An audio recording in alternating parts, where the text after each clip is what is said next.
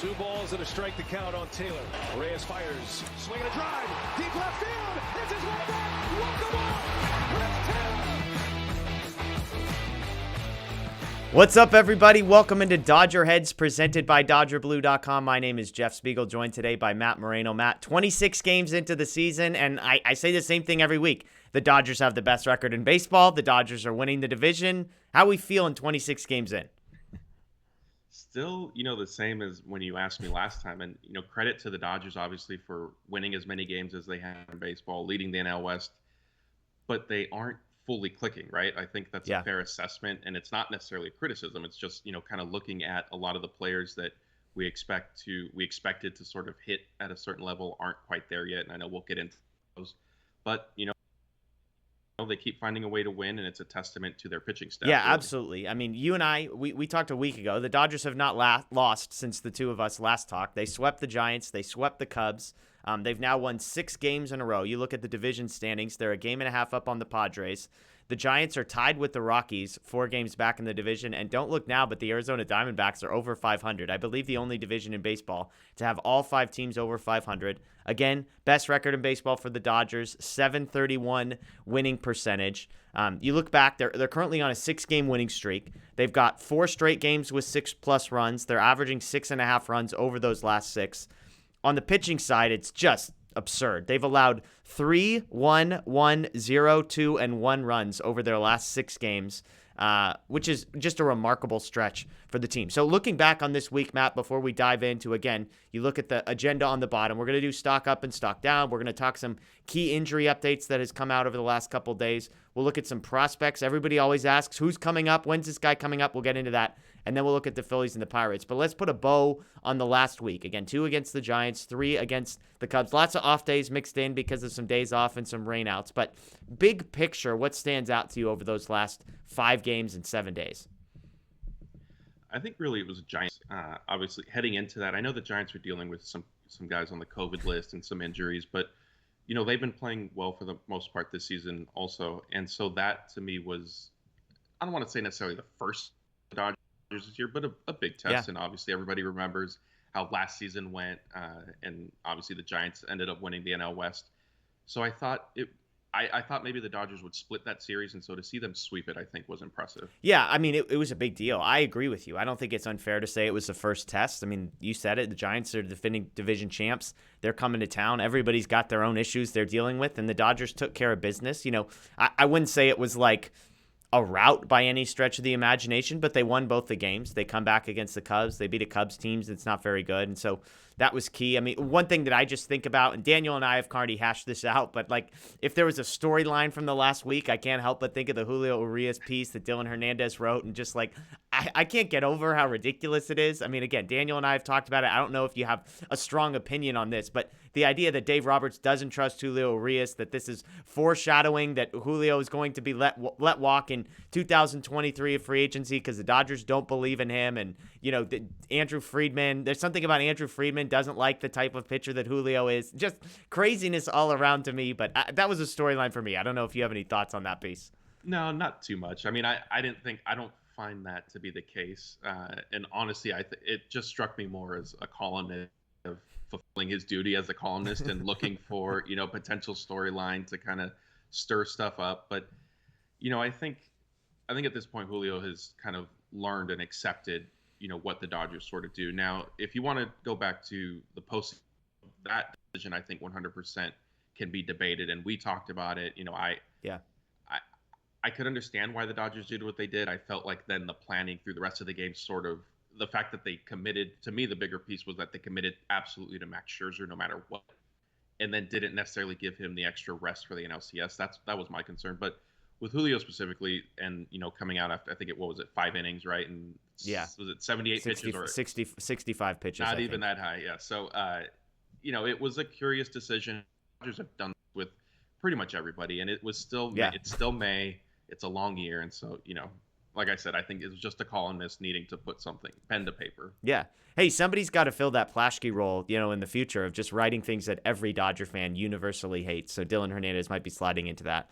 Yeah, I mean, like the Dodgers, look, they're currently in a stretch where they will play 31 games in 30 days, I believe is the number. There's 2 doubleheaders with 1 day off. They've already played, obviously, the doubleheader against the Cubs. This after a stretch where they played 5 games in 9 days.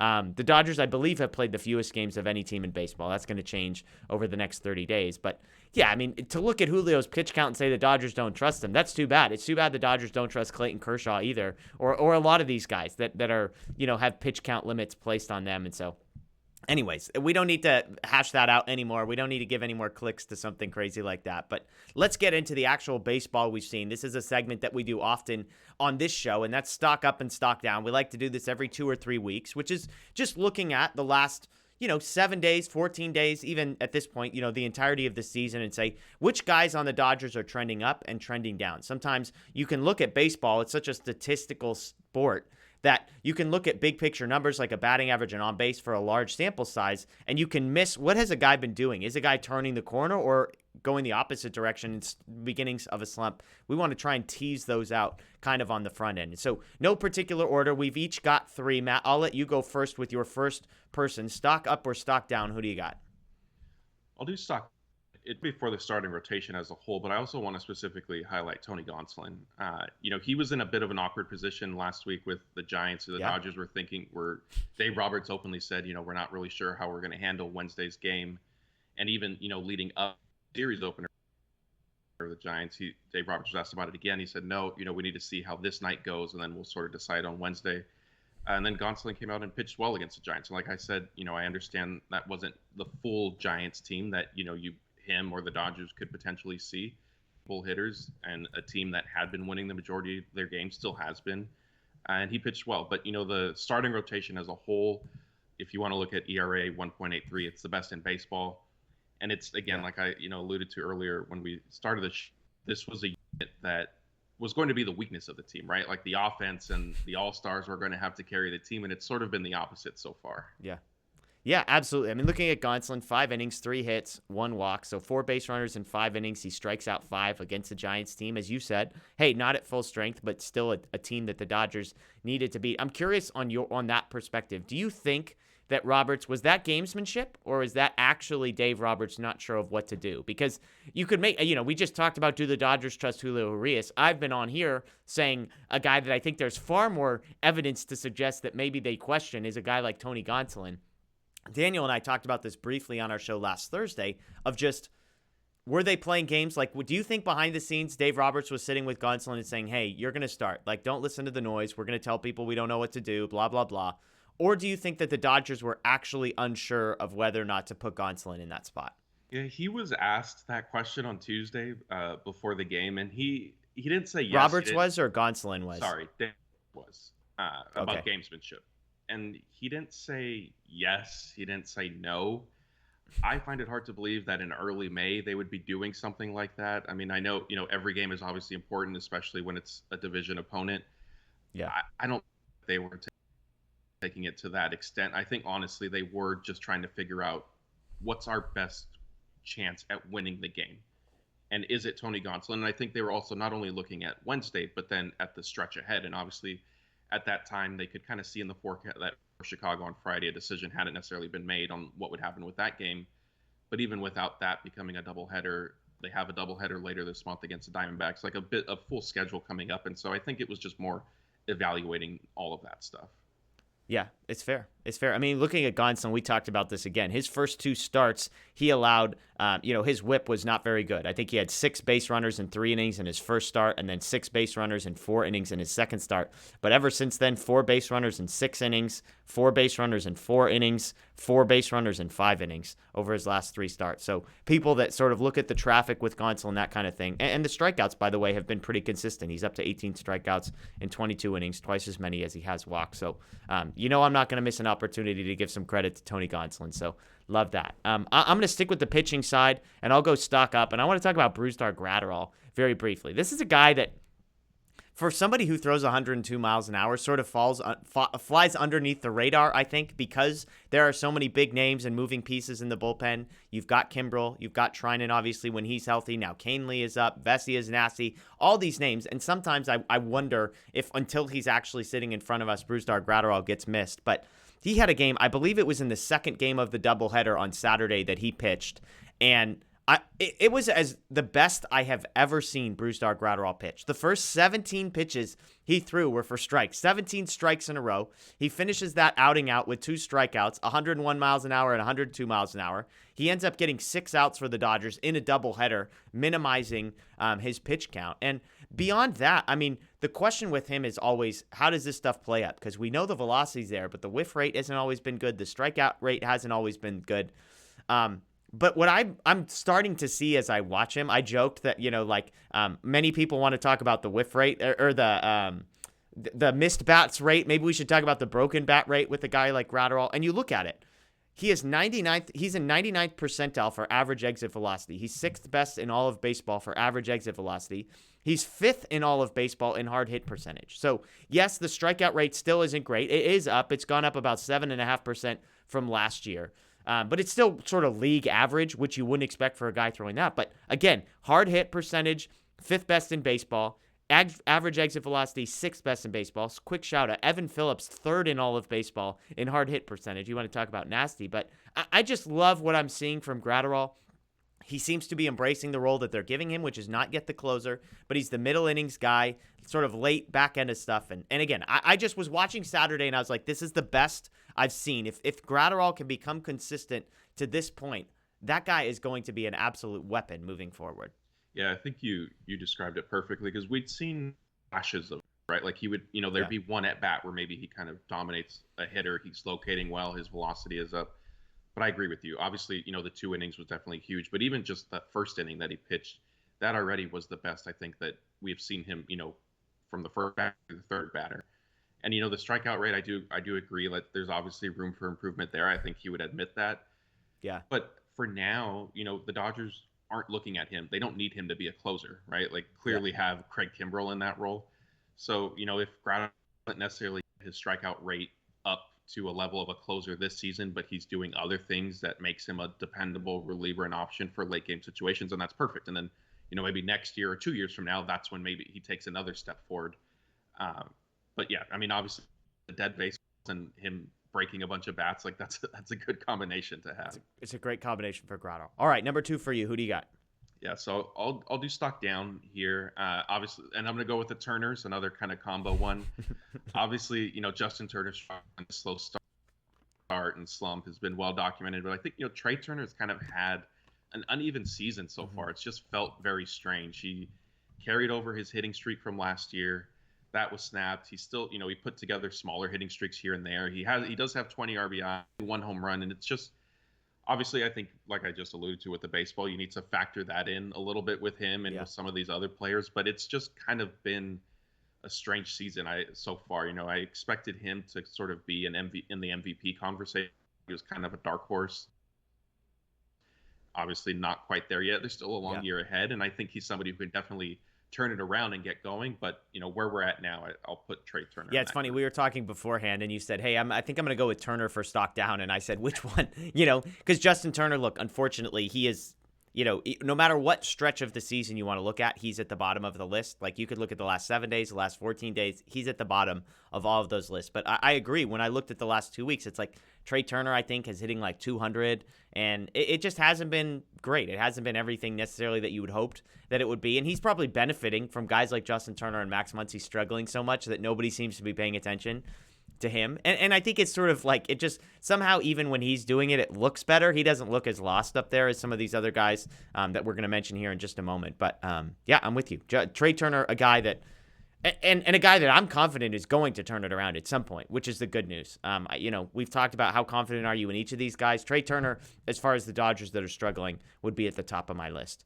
Next for me, I'm going to do another hitter that is struggling, probably the guy that I get more comments about on Twitter than anybody else, and that's Chris Taylor. And we all watch. We know what we're seeing. This is a guy who, like 3 days ago, led the team in batting average. He was up to almost 300, and yet it's maybe the ugliest 300 you're ever going to see. And here's why. I did a deep dive into some of the numbers. In the last 7 days, Chris Taylor has a 57.9% strikeout rate.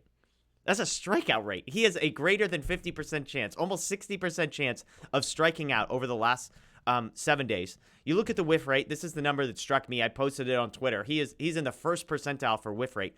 He's second to last in all of baseball. Adalberto Mondesi is first. Taylor is whiffing on 42.1% of pitches that he swings at. That's up almost 10% from last year.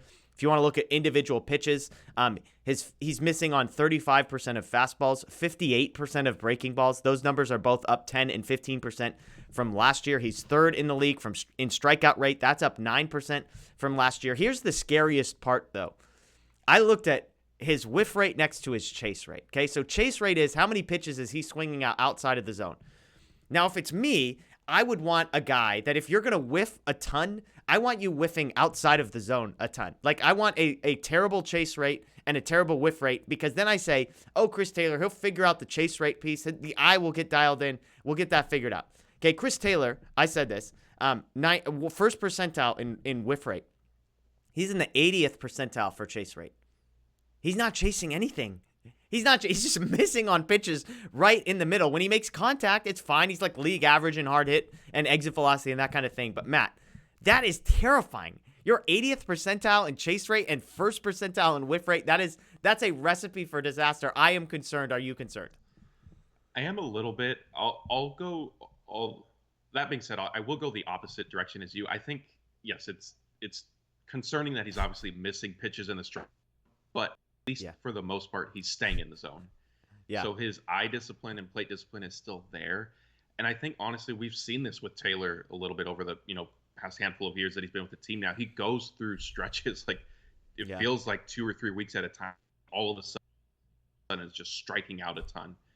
And he sort of gets, his bat path corrected or makes different mechanical adjustments and gets back on track. I think, he definitely has benefited from the hot start that he had. It's sort of carried him.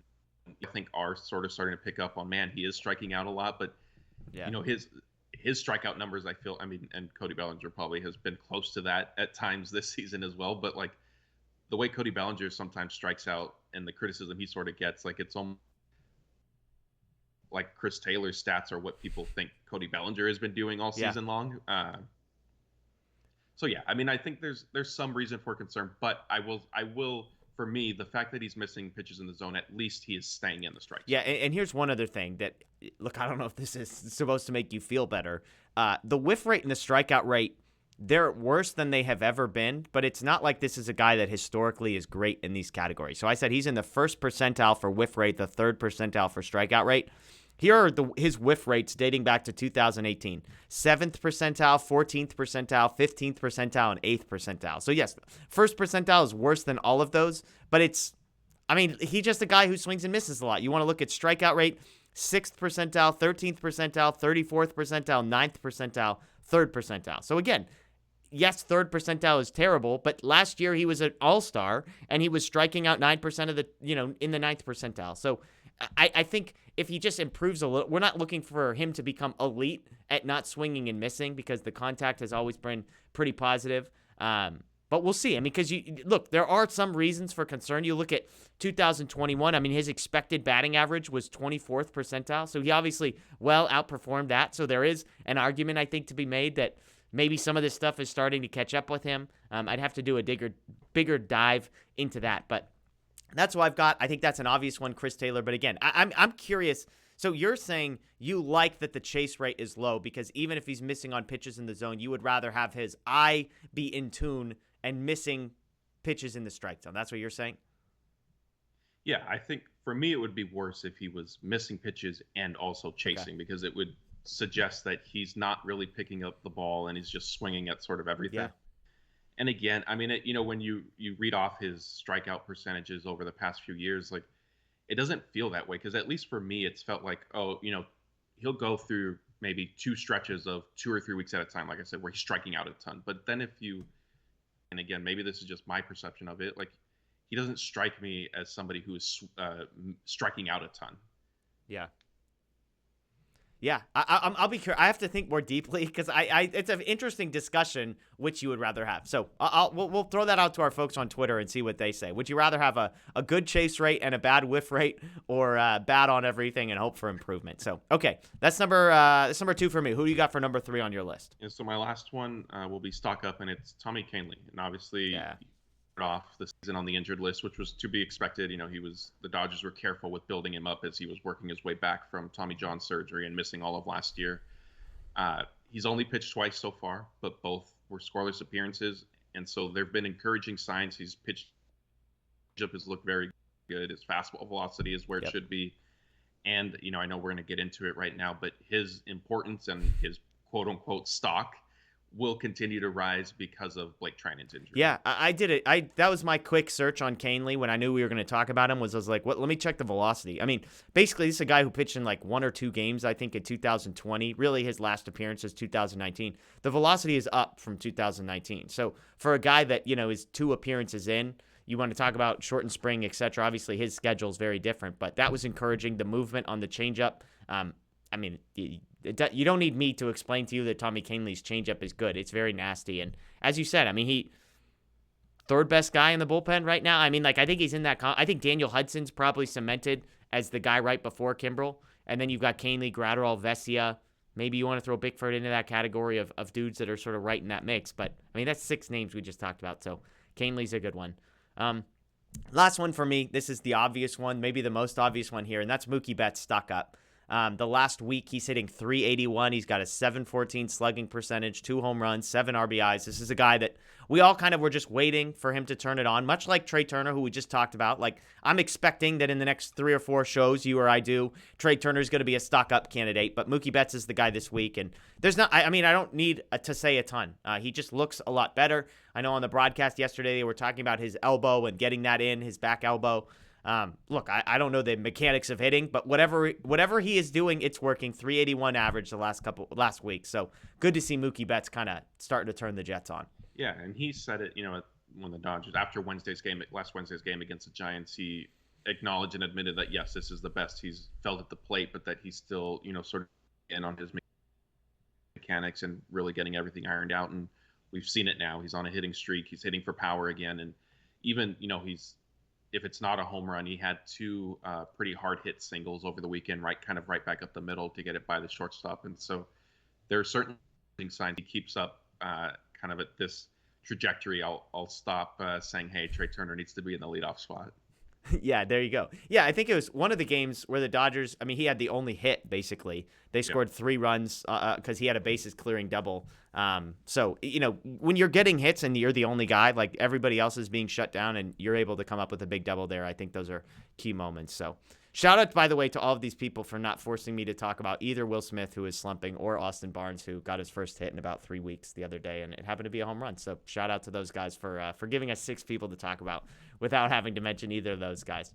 Let's shift gears here a little bit. Let's talk about some injuries. This is kind of the headline if you want to talk about Dodgers in the news right now, and that's what we've got. Blake Treinen, kind of the headline. Dave Roberts reporting that he will be out until after the All-Star break, at least. We're talking late July there. So before we move on, we've got updates on Victor González, Danny Duffy, David Price, Mitch White, Andrew Heaney. Lots of injury updates, but Treinen's the headliner here, Matt. We kind of hinted the Dodgers have a deep bullpen. How big of an impact is this going to be? Because, look, if I'm being pessimistic, when I hear Treinen has shoulder issues and he's going to be out until at least the All-Star break, I would put myself at 50-50 we see him pitch again this year. Now, maybe I shouldn't read too much into it, but typically a shoulders thing doesn't just work itself out like in 6 weeks and then everything's fine. It feels like surgery at some point comes into the equation. So what's your feel on the Treinen situation and how big of a deal this is for the Dodgers? Yeah, it's a significant loss. I mean, we're looking at the calendar, like you said, it's at least going to be 6 weeks, probably closer to 2 full months, if not 10 to 12 weeks. And yeah, I mean, late July is after the All-Star break, and we're in early May. So if that's what Robert's saying, we're talking 2.5 months almost at a minimum. Yeah, and I'm with you. I said on some of I forgot which one of our shows we did recently. The whole situation has been a little strange, and yeah. I'm concerned because the initial report over the weekend was that he was going to have another MRI because, he was still dealing with discomfort, not able to throw yet. Then it came out like, oh, actually, he's not going to be back until after the All-Star break, but he's also not going for that second MRI anymore. He's just going to kind of rest and rehab it. And I'm thinking like, well, that's a little. Dave Roberts said it is just inflammation, and so I guess like if for whatever reason it's really bad inflammation, he just needs more rest to let it kind of dissipate and maybe treatment. But I'm with you. I mean, I'm concerned, and if you want to say even skeptical of what the injury is and what they've disclosed, and like I said last time I was on here, and Dave Roberts said, oh, Treinen and Andrew Heaney both had MRIs. With Heaney, it was just shoulder inflammation. With Treinen's, I'm not sure of the diagnosis. Like, I found that hard to believe that you would know what's going on with one, not the other. Nobody told me. I didn't ask any follow-up questions when they told me at shoulder. I'm like, oh, they're like, it's unclear. I'm like, great, perfect. I don't need to know anymore. It's like, yeah, right, Dave. Yeah. So it's been a little bit of a strange situation, and just kind of everything adding up has me like concerned of how serious is the shoulder trouble, and hopefully he'll be back. If he does need to miss time now, even if it is 3 months, but he's back for the final push, I think was even how Dave Roberts sort of phrased it, then hey, it's worth it, and I think the Dodgers can be fine. But who's available come October, it will be significant.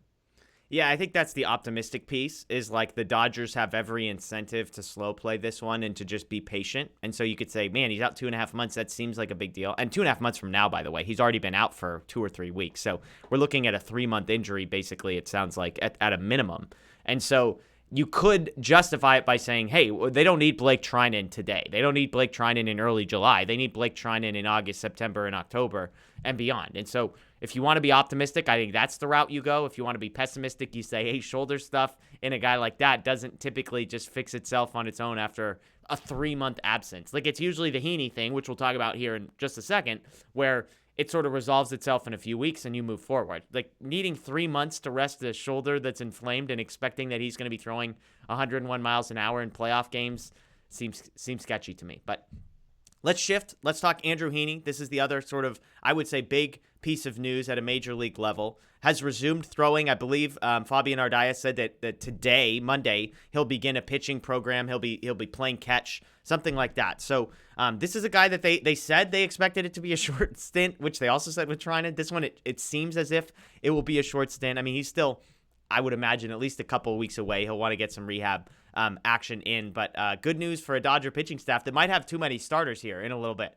Yeah, definitely. And I mean, I think what we need to sort of caution is Heaney's improved to the point where now he can start throwing. Yeah. Unfortunately, we have seen years where they get to this point, start throwing, and all of a sudden the shoulder acts up again. Hopefully that's not going to be the case. But like you said, even if things go smoothly, he's probably at least 2 weeks away from joining the active roster again. And it'll be interesting to see kind of what happens, because Tyler Anderson has pitched. He began the year in the bullpen. He's filled in well in the rotation so far. At minimum, it'll give the Dodgers some flexibility and options, which obviously we know they love having. So it'll be interesting to see, kind of what happens with that. And, maybe they expand to a point. They're obviously going to be going through a pretty grueling stretch here, and then coming out of it, maybe looking to give guys extra rest. So yeah, hopefully Heaney can get back, not rush it, but get back soon and kind of get the Dodgers rotation back to full strength. Yeah, absolutely. Absolutely. Some other updates. Victor González, another news. Arthroscopic elbow surgery. He had some inflammation there after spring training, which is disappointing because he looked good in spring training. But arthroscopic elbow surgery to clean some stuff up, 4 to 6 weeks minimum. He's kind of on the same timeline as Blake Treinen. And look, it's a name Dodger fans are familiar with. I guess the quote-unquote good news here is this is not a guy that the Dodgers were going to be dependent on or reliant upon. And so a bummer for Victor González. But, again, 4 to 6 weeks, this could be a guy that if you need him in September might be ready to go. Yeah, I think this is one of the more the easier ones to kind of absorb. And it's from the standpoint of, not any slight to Victor González, because I agree with you. He pitched well in spring training, and I thought, oh, he's going to be a real weapon for the team. We both had him on the opening day roster. Yeah. And then, lo and behold, the Dodgers go to set their roster, and Victor González ends up on the injured list. The only reason we were wrong, by the way, Matt, is because he was injured, not because we were wrong. Yeah. So, but, the Dodgers have a bunch of left-handed options in their bullpen to kind of withstand. And for me, I'm a little skeptical with this one. I'm not sure how much he'll really end up contributing, given, the kind of recovery time and then where the season will be at that point. But we'll see. Hope if he is back and does get healthy and he's another, fresh arm that they can add to the for the playoffs, and it'll just make him make the team that much stronger. Yep. Okay, a couple more updates. David Price, Mitch White, both guys are on the COVID list. They're expected to sort of start the process of building themselves back up. So a couple guys that could be joining in the next couple of days, couple of weeks, not couple of days. I would imagine both of them would. I don't know. I mean, are these guys that you think we're going to see like a rehab start? Mitch White probably. Do you think David Price makes a rehab start somewhere first? I don't think Price will. Maybe throw a couple bullpen sessions, maybe a round of like a simulated game of an inning or two. I mean, he's more or less a short relief pitcher, and I know they've used him, 1+ innings a couple times here and there, but I don't see him going on rehab assignment. I think Mitch White is much more likely to do something like that. So because of that, I would put Price's return, maybe within the next week, and then where Mitch White maybe is more 10 days to 2 weeks.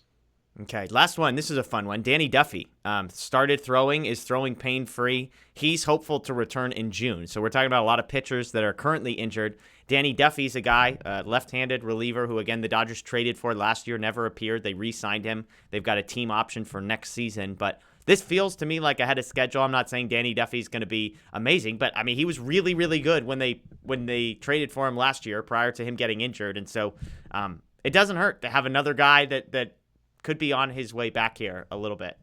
So currently looking at the roster, they've got 39 guys on the 40-man roster. We were doing the math on this beforehand. It's hard to keep track.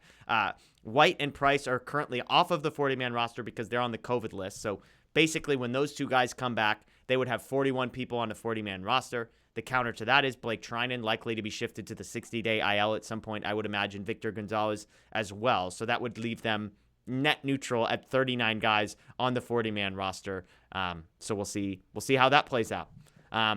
Next up, let's talk some prospects, Matt. One of the questions that you and I get all the time is, when is Michael Busch coming up? When is Jake Lamb coming up? When is Kevin Pillar coming up? When is Zach McKinstry coming up? And I just wanted to do a quick rundown of how some of these guys are doing at the minor league level because, look, we sat through last season. We sat through the Luke Raley era, the Zach Rex era, the Billy McKinney era, the DJ Peters era, all very forgettable eras. Some of you have already forgotten, although I did want to point out, I said this the other day, Sheldon Neuse was always a guy I believed in. He's killing it for the A's right now, okay? I just want to say I like the at-bat quality from Sheldon Neuse. I feel a little vindicated there. But looking down at the minor league report, we'll talk some hitters, then we'll talk some pitchers. I'll just throw some numbers at you. But I would say, all in all, encouraging. Kevin Pillar, first name I want to mention. This is a guy at AAA. I did not have high hopes for Kevin Pillar when they signed him to a minor league deal. All he has done is match. He's got an OPS over 1,000 so far. He's got 7 home runs. He's got 13 walks and just 9 strikeouts so far. He is not slowing down. He has a 1.156 OPS over his last 2 weeks with 4 home runs, a triple, and a double. So Kevin Pillar mashing. Jake Lamb also performing very well.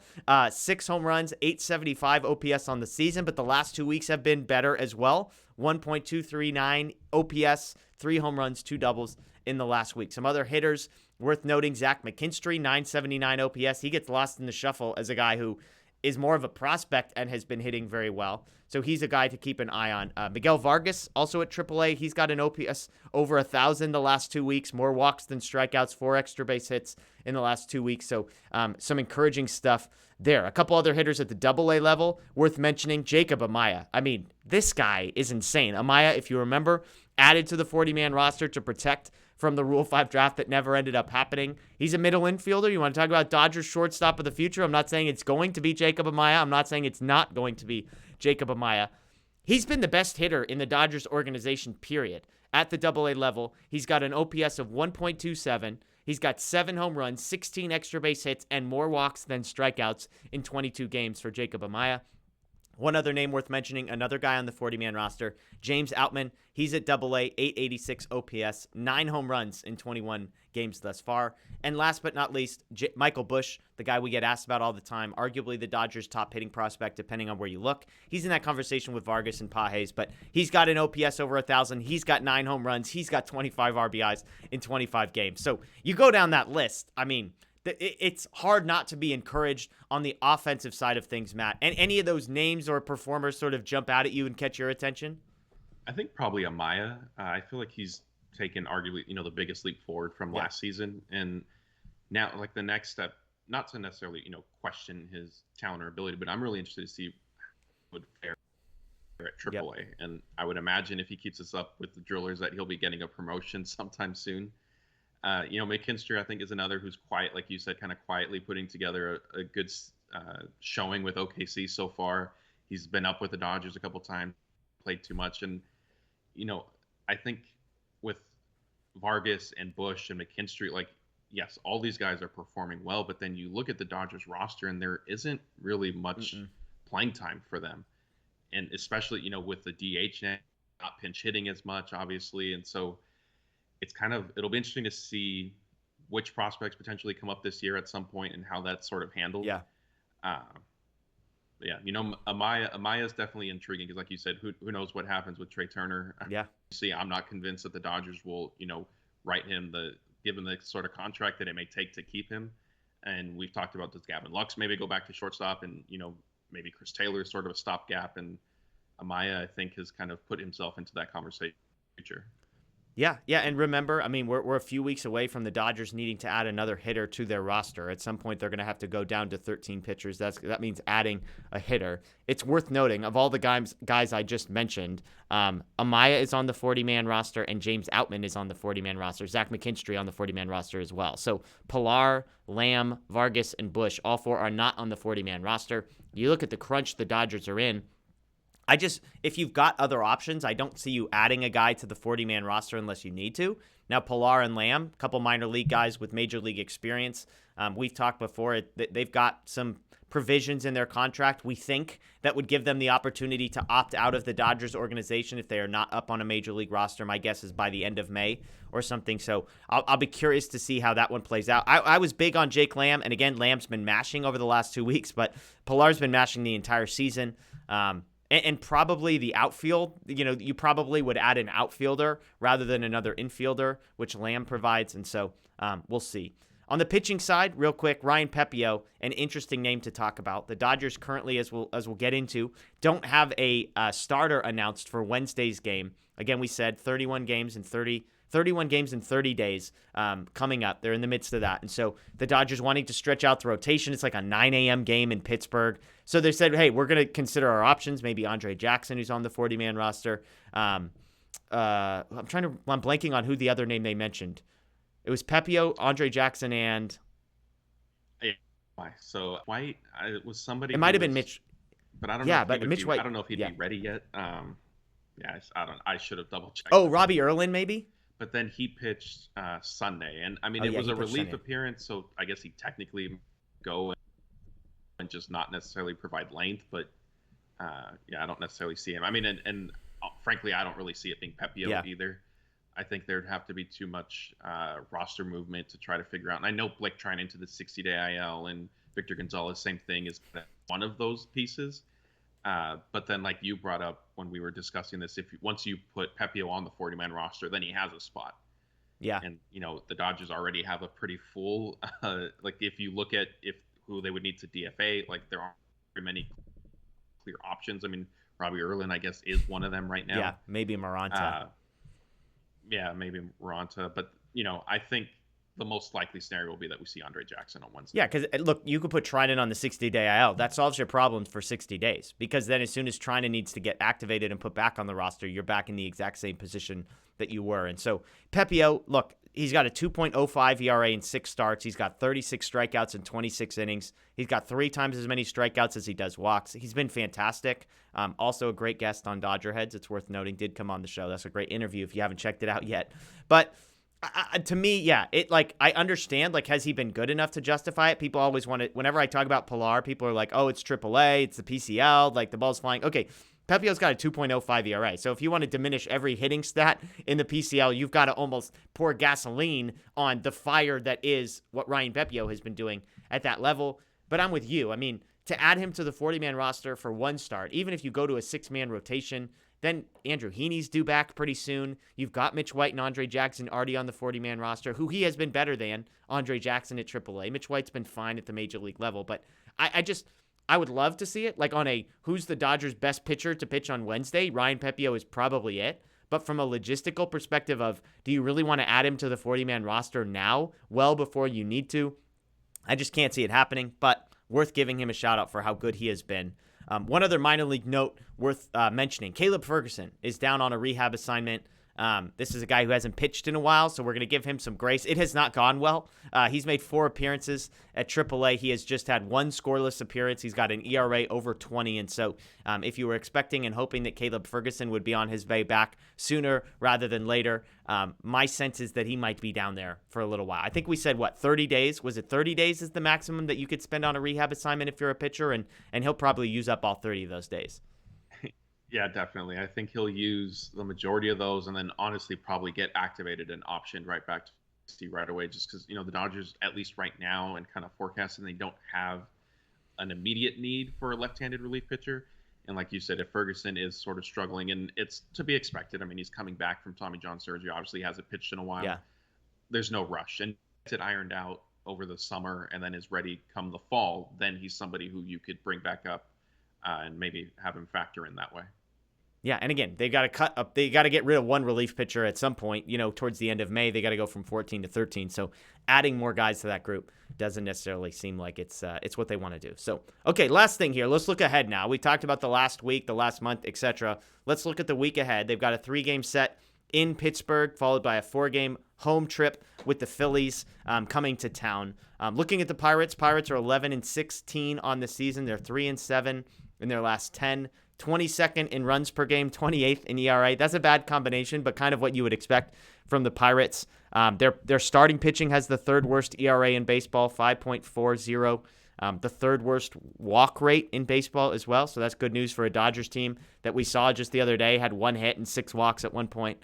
Their bullpen is not good, 7th worst ERA, 4.29. So the matchup so far, we got Urias versus Jose Quintana on Monday. That's a 3.38 ERA that Quintana has had this far this season. Gonsolin versus Bryce Wilson on Tuesday. Wilson's got a 3.79 ERA. So I just talked about how bad the starting pitching ERA has been. The Dodgers not seeing their bad starting pitchers the first 2 games. On Wednesday, neither team has announced a starter. We just got into that. The Dodgers likely going to a 6-man rotation or a bullpen game. I mean, that's a 9:35 a.m. game on Wednesday. I bet Kershaw saw that bad boy on the schedule and was like, hey, Dave, just a heads up, I'm not doing the 9:35 a.m. game on Wednesday. So you can pencil that into somebody else. I'll pitch at home on Thursday. Thank you very much. So what stands out to you about Dodgers, Pirates, Monday through Wednesday? I mean, honestly, not much. I think the Dodgers will probably win the first 2. Wednesday game will be a toss-up just because it's the end of a road trip, an early start out there in Pittsburgh. And so that game I could kind of see, breaking either way. And then I think, the team will be ready to get back and kind of start their homestand, like you said, with the Phillies. Yeah. Okay, so then we get to the weekend, Thursday through Sunday, 4 games with the Phillies, who they also play the following week as well. So we got like 7 Phillies games in about a 10-day stretch. Phillies 12-16 on the season, 4-6 in their last 10. Offense is good, 11th in the league in runs per game, 23rd in ERA. Their bullpen, as usual, I mean, if you followed the Phillies at all, their bullpen sucks. It has always sucked. Corey Knebel, former Dodger, going over there did not help. He got absolutely shelled the other day. I had to break it to Daniel during our live show that his boy Corey Knebel gave up like 5 runs in the 9th to the Mets as they came from behind to win. But Kershaw, Anderson, Buehler, Urias slated to go in that series. And look, Anderson's obviously the odd man out there, but I mean, when you got a 4-game set and Kershaw, Buehler, and Urias are all on the docket against a team that is 4 games under 500 and has the 23rd best ERA in baseball, I mean, you're kind of just rubbing your hands together and saying, can't wait for that one, right? Yeah, a little bit, but I will say, the Phillies tend to play the Dodgers tough over recent years. I think their lineup obviously can kind of put up runs in a hurry, and so I think that a very good another sort of test for the Dodgers pitching staff as a whole. Like we touched on earlier, the starters and the bullpen have all done well. Now you're going to see a Bryce Harper, Kyle Schwarber, those type of guys. Like I think it'll be interesting to see the pitching staff sort of match up and how that goes. Yeah. Like I said, the Giants I think I think we agreed kind of the first real test of the season. Yeah. The Phillies lineup I think poses a similar feel. Yeah, I think it's fair. Okay, the same question I ask you every week. We got 7 games this week. I don't think either of us predicted a 5-0 week last week. I don't remember. No, we didn't, because I thought a split with the Giants for sure. So 7 games at the Pirates, 4 for the Phillies. You already told us they're taking 2 out of 3 in Pittsburgh. What do you got? 2 out of 4, 3 out of 4, Philadelphia coming to town? Yeah, I think it'll then be 3 out of 4. And it's it's a successful week. You keep winning series. You look at your record at the end of the year, and you're happy with it.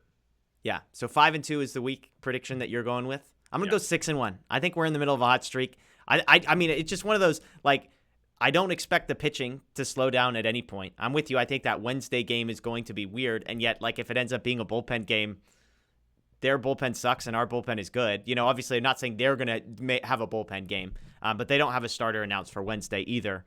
So I like the odds of Urias, Gonsolin. I mean, yes, they're facing the two of the best pitchers that the Pirates have in Quintana and Wilson, but I like their odds in that one. I think the Dodgers are on a roll. I think the offense, you guys get guys like Mookie Betts starting to get going. Freddie Freeman's been consistent. I think Will Smith, Trea Turner are guys that are going to break out of it. And so I'm going to go 6-1 this week for the Dodgers. So, all right, Matt, I'm going to put you on the spot here, okay? This is something that you have no preparation for, but it's something you promised me we could do a long time ago. I'm looking at the time. We got a little bit of time. If you follow Matt on Twitter, you know that one of his things that I would say he is most famous for are his opinions on food.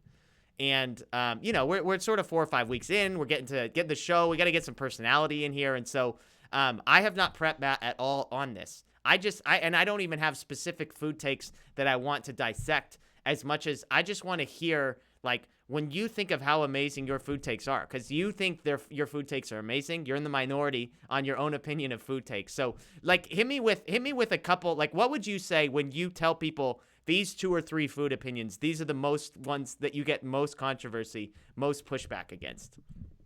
Honestly, I don't know which ones I do. And it's not so much that I think that they're great by any means. I mean, look, like the deep dish pizza one, like, are you out on deep dish pizza?